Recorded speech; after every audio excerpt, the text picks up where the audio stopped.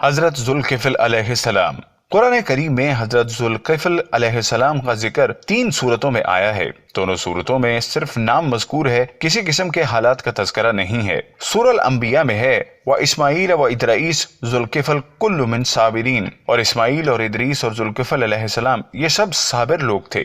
سورہ صاد میں ہے اسماعیل، یسیع اور ذوالکفل علیہ السلام کا بھی ذکر کر دیجئے، یہ سب بہترین لوگ تھے۔ حضرت ذوالکفل نبی ہیں کیا نہیں؟ قرآن کریم میں ان کا ذکر انبیاء کرام کے ساتھ آنا اور تعریف و توصیف کے کلمات ان کے متعلق فرمانا، جس سے معلوم ہوتا ہے کہ وہ بھی پیغمبر تھے، اور یہی مشہور ہے۔ یعنی لوگوں کے خیال میں وہ نبی نہ تھے بلکہ صالح، عدل و انصاف کرنے والے دانا شخص تھے۔ حضرت ذوالکفل کی وجہ تسمیہ، حضرت مجاہد رحمۃ اللہ سے روایت کیا ہے کہ وہ نبی نہ تھے بلکہ نیک صالح انسان تھے۔ حضرت ذوالکفل نے اپنی قوم کے معاملات نپٹانے اور ان کے درمیان عدل و انصاف قائم کرنے کی ذمہ داری اٹھائی تھی، اور اس وجہ سے آپ کا نام حضرت ذوالکفل کفالت کرنے والا پڑ گیا۔ مختلف آراء، حضرت ذوالکفل کے بارے میں مختلف آراء پائی جاتی ہیں۔ مثلا حضرت عبداللہ بن عباس رضی اللہ تعالیٰ عنہ، حضرت ابو موسیٰ اشعری انہیں ایک نیک مرد قرار دیتے ہیں، جبکہ شاہ عبد القادر فرماتے ہیں کہ حضرت ذوالکفل حضرت ایوب علیہ السلام کے بیٹے تھے، ایک شخص کے ضامن ہو کر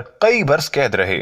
صحیح قول، راجح قول یہ ہے کہ آپ علیہ السلام اسرائیلی نبی تھے، اور عہد عتیق میں آپ کا نام حرکی ایل نبی آیا ہے۔ آپ کا تعارف صحیفہ حزقی ایل کی ابتدائی آیات میں آیا ہے۔ آپ کا وطن عراق تھا۔ اسرائیلی حساب سے نبوت سے سرفراز 562 قافمی میں ہوئے۔ قرآن نے آپ کی صفات صابر اور نیک بیان کی ہے، جس سے معلوم ہوتا ہے کہ آپ کو خاص مخالف حالات پیش آئے اور آپ علیہ السلام نے ان میں ثابت قدم رہے۔ حضرت یسیع کی خلافت، تورات اور اسلامی تاریخ حضرت ذوالکفل کے حالات و واقعات پر خاموش ہے۔ البتہ ابن حریر نے مشہور مفسر تابعی مجاہد رحمت اللہ سے ان کے متعلق ایک قصہ نقل کیا ہے۔ جب اسرائیل نبی حضرت عیسیٰ سے بہت بوڑھے ہو گئے تو ایک دن ارشاد فرمایا، کاش میں کسی آدمی کو اپنی زندگی میں اپنا خلیفہ بنا جاتا۔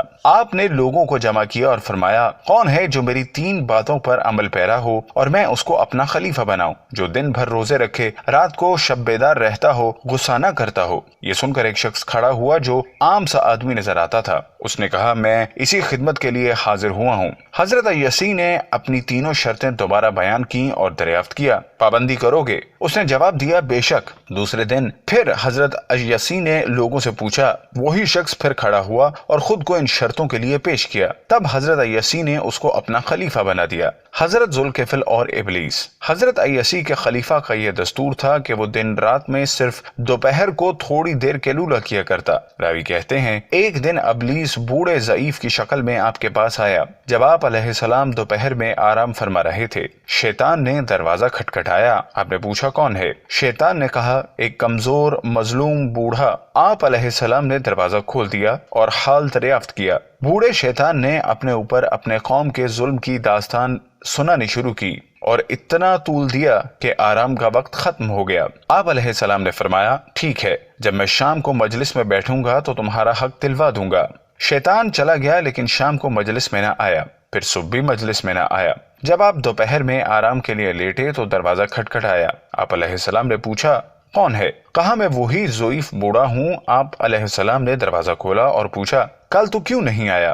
شیطان نے جواب دیا، میرے قبیلے کے لوگوں کو پتہ لگ گیا تھا، اس لیے انہوں نے میرا حق دینے کا وعدہ کیا، لیکن جب آپ علیہ السلام نے مجلس برخاست کی تو وہ اپنی بات سے منکر ہو گئے۔ آپ علیہ السلام نے فرمایا، اچھا شام کو آ جانا۔ اس طرح دوسرے دن بھی آرام نہ کر سکے۔ پھر شام تو مجلس میں انتظار کرتے رہے مگر وہ نہ آیا۔ آپ علیہ السلام پر نیند کا غلبہ بڑھ رہا تھا۔ تیسرے دن دوپہر کے وقت آپ علیہ السلام نے اپنے گھر والوں کو تاکید کی کہ قیلولہ کے وقت دروازہ ہرگز نہ کھولیں۔ خلیفہ ابھی لیٹے ہی تھے کہ ابلیس بوڑھے کی شکل میں موجود ہوا اور دروازے پر دستک دی۔ اندر سے جواب ملا، آج خلیفہ کا حکم ہے کہ کسی کے لیے دروازہ نہیں کھولا جائے گا۔ اہل خانہ نے دیکھا کہ باہر کا دروازہ بند ہونے کے باوجود وہ شخص اندر موجود ہے اور خلیفہ کے کمرے کا دروازہ کھٹکھٹا رہا ہے۔ خلیفہ نے دروازہ کھولا اور گھر والوں سے کہا، میں نے تمہیں منع کیا تھا دروازہ نہ کھولنا، پر جب باہر کے دروازے پر نظر پڑی جو بند تھا تو حقیقت سامنے آئی اور ابلیس کو مخاطب کر کے کہا، تو ابلیس ہے؟